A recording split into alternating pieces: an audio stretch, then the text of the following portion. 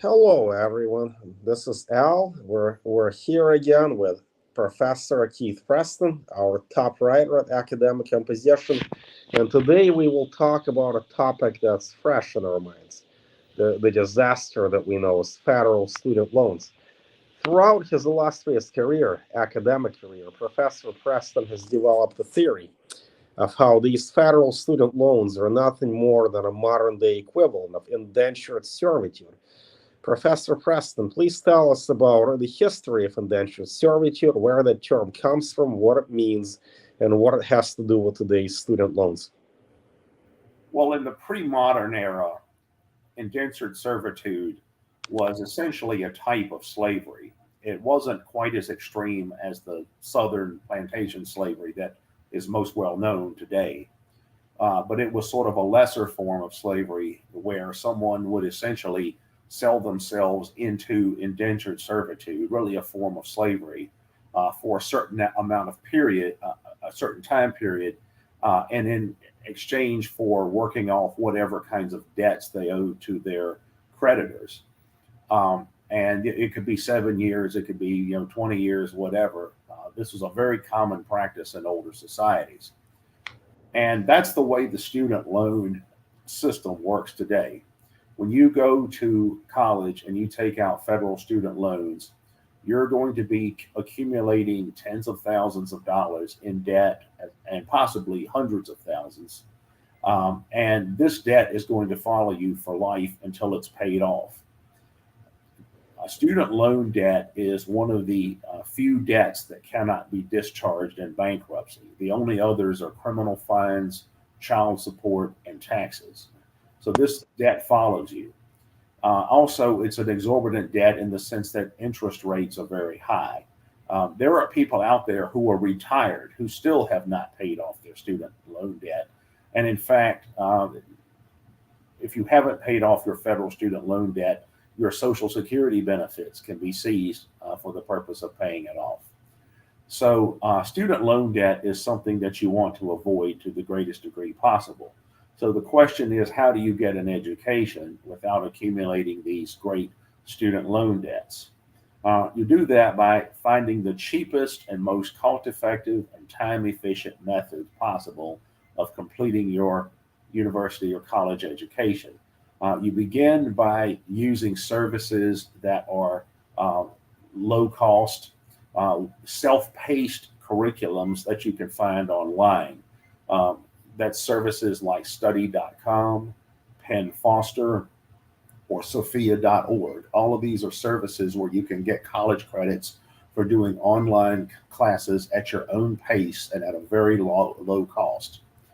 You also have online schools that are very cheap and compared to brick and mortar schools as traditional schools are cost. You might have to shop around to get the best deal you can, but those are often much cheaper as well. And if you're going to go to an in-person class system, then there's the community colleges. Community colleges are usually the cheapest of any kind of colleges. And it's best to complete as much of your education as you can at every level through the use of these cheaper educational services, because that way you're going to avoid accumulating student loan debt. Even at the graduate level, you can often find online curriculums that are much more cost effective than what you're going to have to pay if you go to a so-called brick and mortar school. So you sometimes you have to do some research, you have to shop around a little bit, but there's a lot of services like that online now where you can actually get college credit, even graduate school credit for participating in online classes. Some of which, like I said, are very cheap. Some of which are self-paced. Meaning you can finish a class in a week when it might otherwise take a few months. Or you can, if it's something that normally would take, say, 6 weeks or 8 weeks, you can spread it out over 3 or 4 months. This is the option that more and more of our clients are moving towards, and it's highly recommended. Well, so what's the soonest you've seen somebody finish their whole bachelor's degree with one of these self-paced programs? We had one client earlier this year that finished his program in, I think, a couple of months. virtually his entire undergraduate education. Uh, If I'm remembering one who got it done in 3.5 months, so that's 14 weeks. yeah, Incredible. that's extraordinary that you can essentially complete 4 years worth of academic study in just a few months. And And the problem thing about modern day indentured servitude is that it gets passed down to your estate. See, if you ever plan on starting a family and you happen to die, well, what happens with it? It gets passed down to your children and your grandchildren, even in some cases. very Isn't that? much, yeah. So if you want to protect your own future financial security and that of your family, it's really important to try to avoid accumulating student loan debt as much as possible. And that's what these services are about. You know, they're highly recommended. The quality of education is still good. They still count as college credit, and they're really the way to go. More and more people are opting for these methods. And these methods are known as Sophia.org, Penn Foster, and WGU, also known as West Governors University. Is that right? WGU. Which of these three would you recommend? Sophia is very good. Penn Foster is good. WGU is good. Study.com is good. Some of the more conventional online schools are still good. I've got clients right now who are going to Strayer, who are going to Southern New Hampshire, who are going to Liberty. All of these are very, very valuable resources that are well worth checking out. Though Liberty and Strayer are not really self-paced, are they? Those are not self-paced. They do have distance learning programs that are very extensive, however.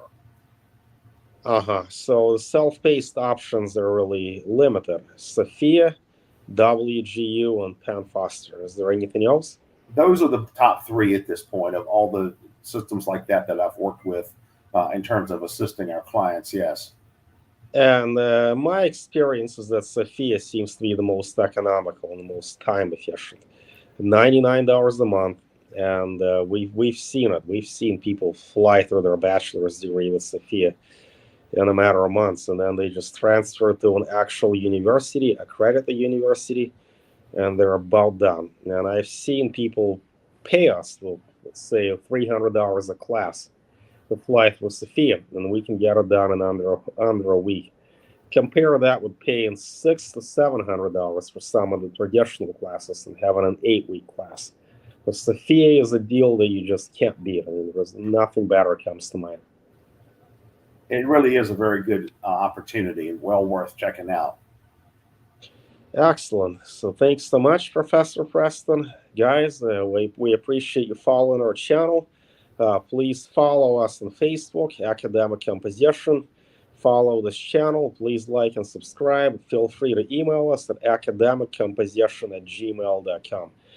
www.academiccomposition.com. You can send us a message and we'll be there to answer any questions that you may have. We do offer free consultations. Thanks so much, and we'll be in touch.